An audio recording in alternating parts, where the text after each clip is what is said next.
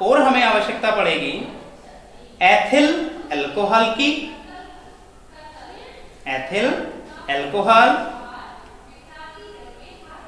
और हमें आवश्यकता पड़ेगी आयोडीन, ठीक है, आदि। तो हमारे पास एक पौधा होना चाहिए, हमारे पास काला पेपर होना चाहिए, कुछ क्लिप्स होने चाहिए, आयोडीन होना चाहिए, आयोडीन का घोल, और एथिल अल्कोहल आदि। अगर और कुछ भी हमें जरूरत पड़ेगी तो ठीक है, उसके लिए मैं लिख दिया है।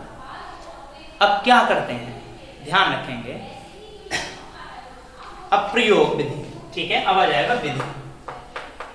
देखो विधि को कहानी के रूप में सुन लें हम, तो फिर हम उसे अपनी लैंग्वेज में ही लिख पाएंगे, ठीक है। देखो क्या करेंगे, सबसे पहले हम जो गमले में लगा हुआ पौधा है उसे 48 घंटे के लिए किसी भी अंधेरे वाले स्थान पर रख देंगे, ठीक है।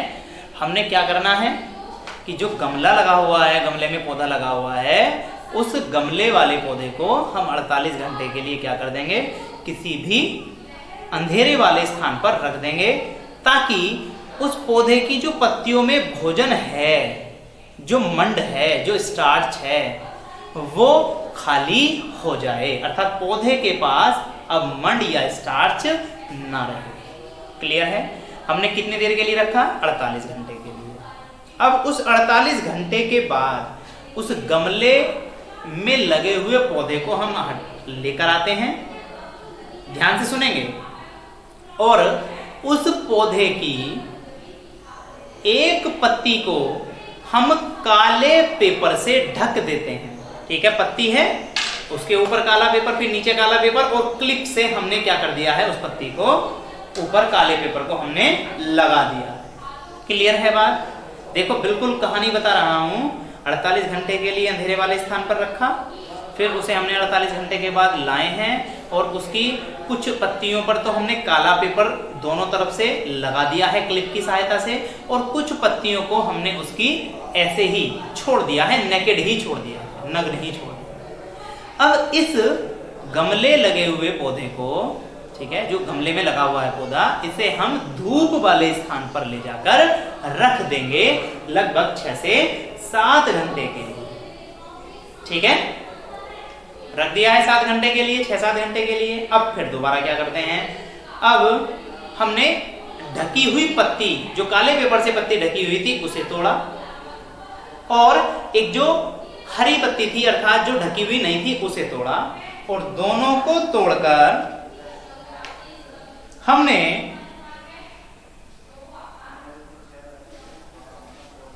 क्लोरोफिल रहित करने के लिए, अर्थात पत्ती के अंदर क्लोरोफिल ना रहे, क्लोरोफिल रहित करने के लिए एथिल अल्कोहल में उबाल लिया।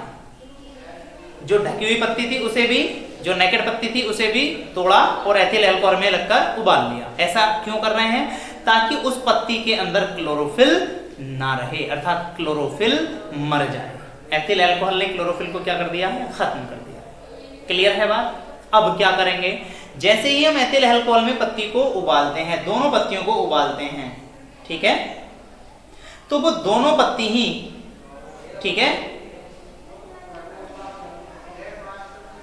वो दोनों ही पत्ती रंगहीन हो जाती हैं, कलरलेस हो जाती हैं।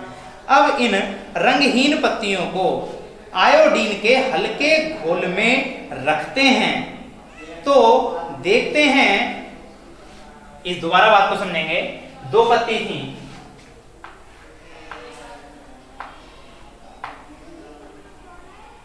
ठीक है, ये क्या थी, ये 2 पत्तियां थी,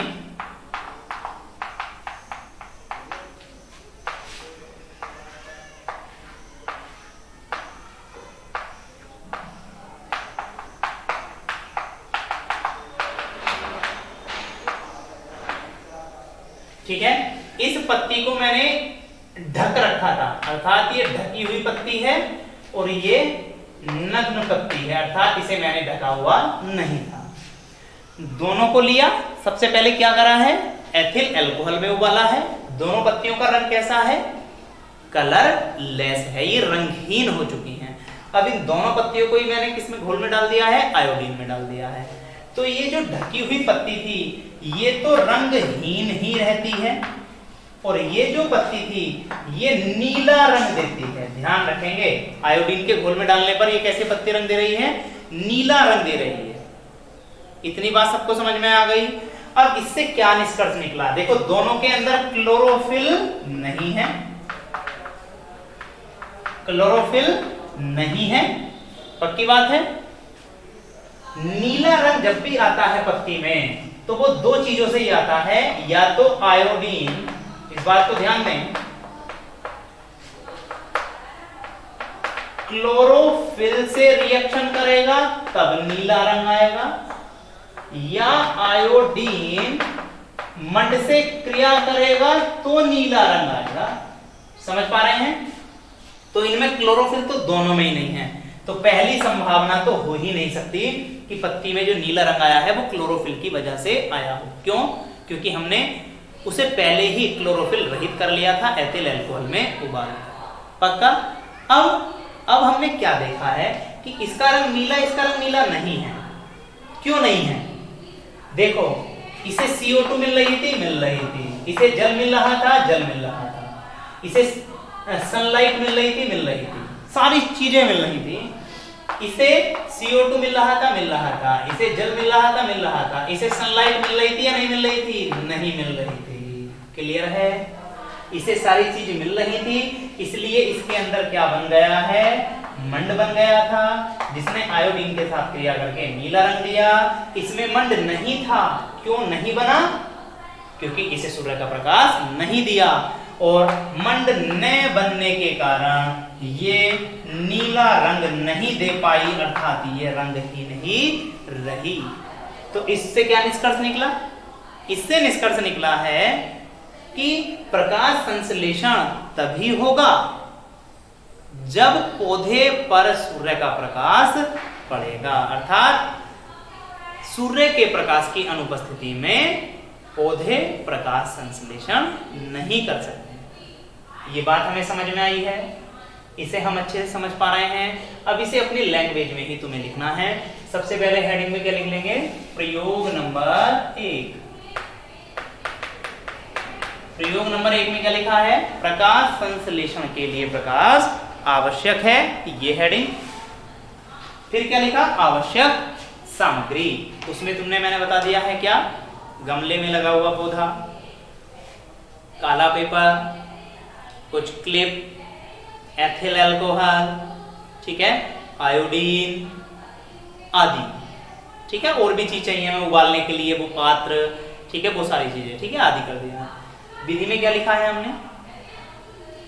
सर्वप्रथम हम गमले में लगे हुए पौधे को 48 घंटे के लिए अंधेरे वाले स्थान पर रखते हैं ताकि पौधा मंड रहित हो जाए।